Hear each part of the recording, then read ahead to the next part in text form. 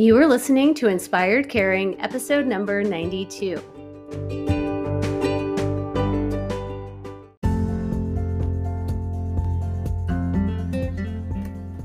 Hello, welcome to Inspired Caring. I'm your host, Michelle Magner.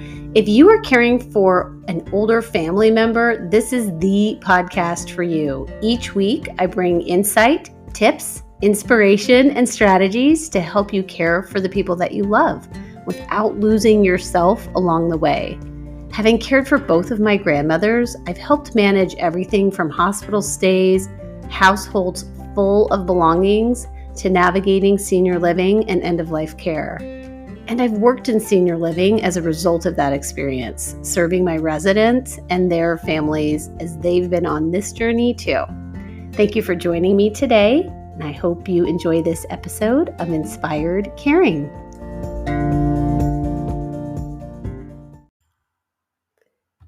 Hello. How is it going out there? Things are cooking along in the Magner household. We are doing well.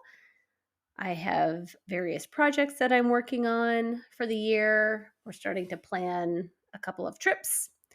Our daughter's graduation party. I love planning. I love a good plan and a list and just thoroughly enjoy that. So things are well here in Omaha. Today, I wanted to talk about optimism, motivation, and gratitude.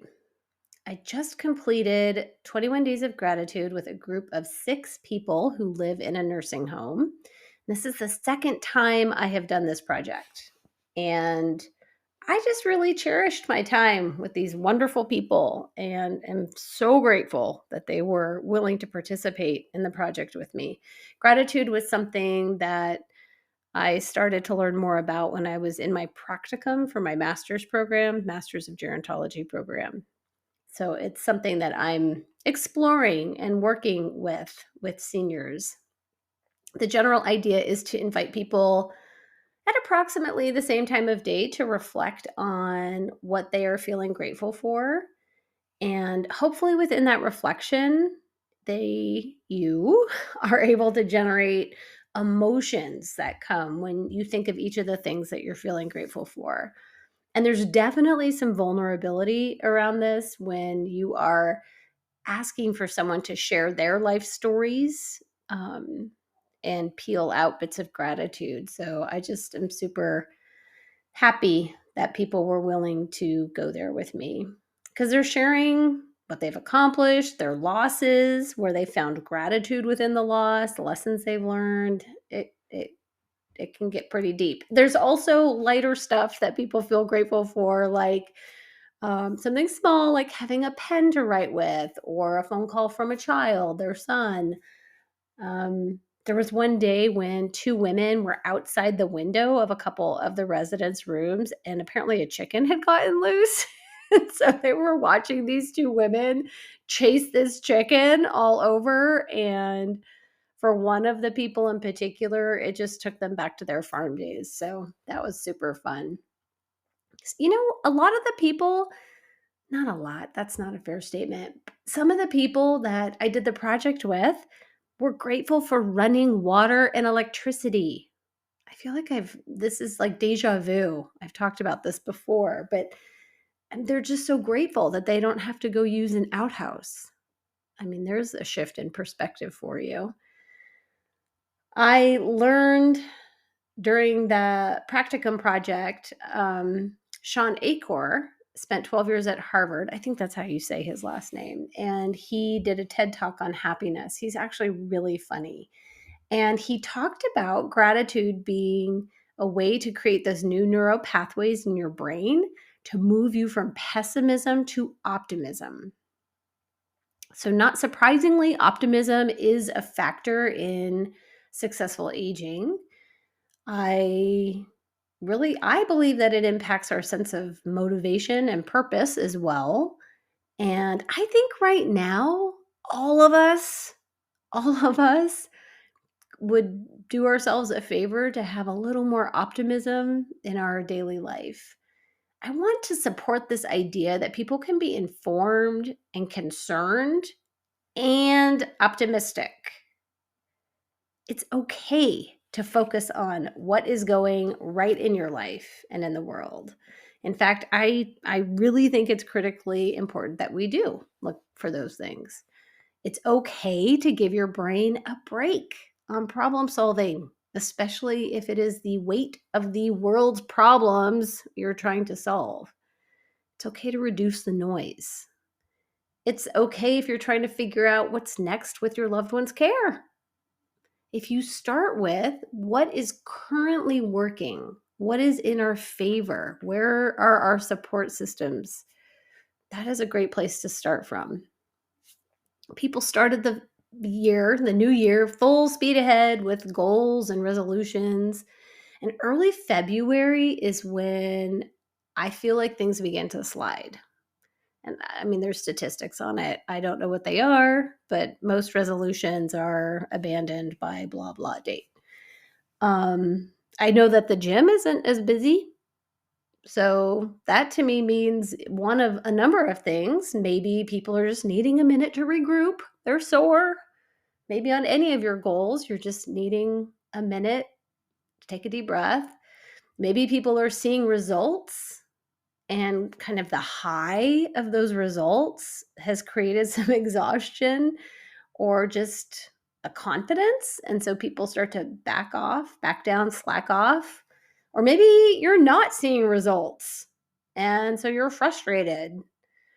And that's why there's a lack of motivation and optimism there. Or maybe something's changed. Maybe something's changed. And so optimism is sliding. It can impact our motivation. The thing is that the things that you set for yourself at the beginning of the year, most of the time, I mean, there are threads for the greater good, but oftentimes those goals are for your own health and well-being, and they're for your best interest at heart.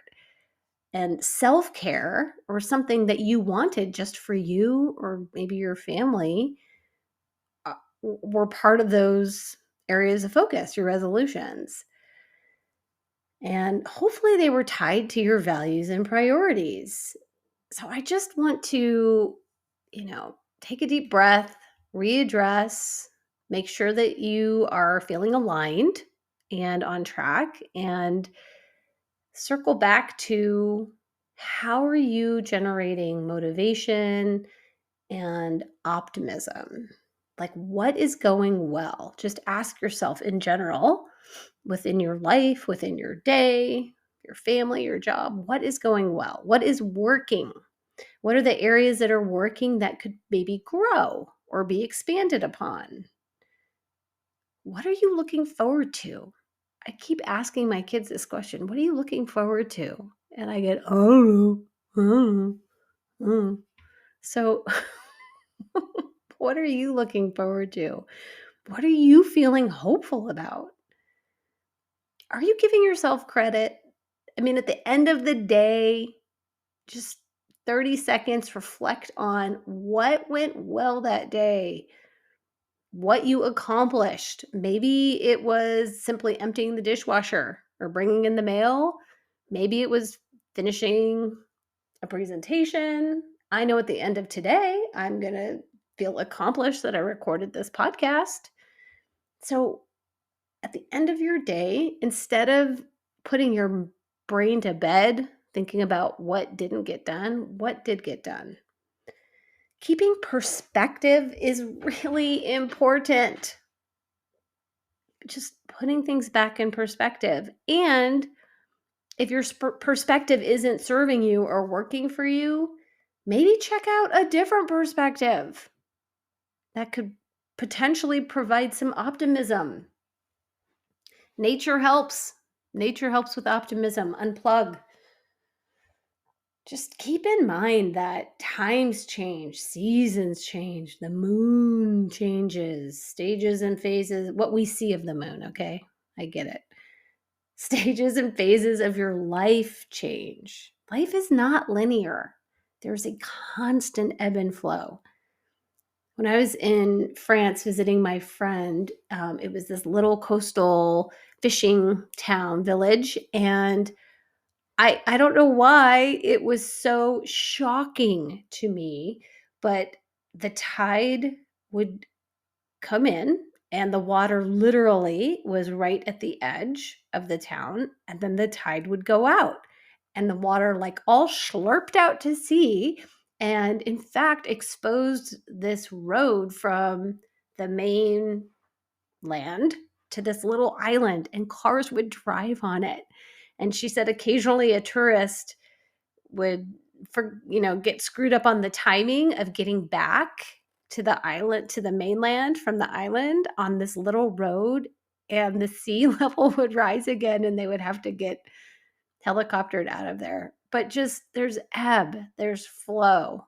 It just, I don't know. Twice a day, she just I kept laughing like, this is amazing. And she just looked at me like, twice a day, every day, there is ebb and flow.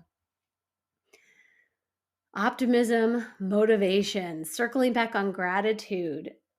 One of the residents, what he just wanted to repeat back stories, like repeat back the facts of the stories, because it was too hard for him to stretch into, what are you feeling grateful for? Just looking at the last 24 hours or looking around your room, what are you feeling grateful for? He just couldn't make that connection. So he would tell me stories about things that had occurred in his life. And where we were able to find the threads of gratitude was just exploring within those stories something that maybe he felt grateful for. So, an example from my life would be my grandma was in the hospital and she was in failing health. And she had made a decision that she didn't want to pursue any more treatments. She returned back to the nursing home. So, those are all facts. That is a story that happened. But then as I was thinking through the story, I was thinking, I'm so grateful that she was able to make that decision for herself. I'm grateful that the doctors supported it. I'm grateful that she lived in a place that could provide her 24/7 care. And I'm grateful that I was able to be by her side. And gratitude can generate optimism. And humans need optimism. So I encourage you to look for the good so that you can be the good. And I am with you and I see you, and you are doing a great job. You're doing a great job. Keep up the good work. I love you. Hey y'all, I am so excited to bring you the Inspired Caring program. This program is specifically designed with you in mind, people that are helping their aging family members on this caregiving journey. The first 6 weeks, we get really focused in on mindset. So, all the things that we've been talking about for the last couple of years on the podcast are being poured into and dug a little deeper in that first 6 weeks. And then the second 6 weeks, we begin to develop a care plan for you so that you have actual tools and strategies in place to be sure that you are grounded, you are feeling centered, and taking care of yourself along the way of this caregiving journey. I know how easy it is to just get lost in the shuffle when you're taking care of somebody else and helping other people. So I'm really excited. We're going to get going March 2nd, which is a Thursday. And to find out more information, go to michellemagner.com. Remember, Michelle only has one L in it. MichelleMagner.com. And get registered. Let's enroll. Come and hang out with me. We'll be on Zoom, so we'll actually see each other face to face. Cannot wait. Go register. I'll see you then.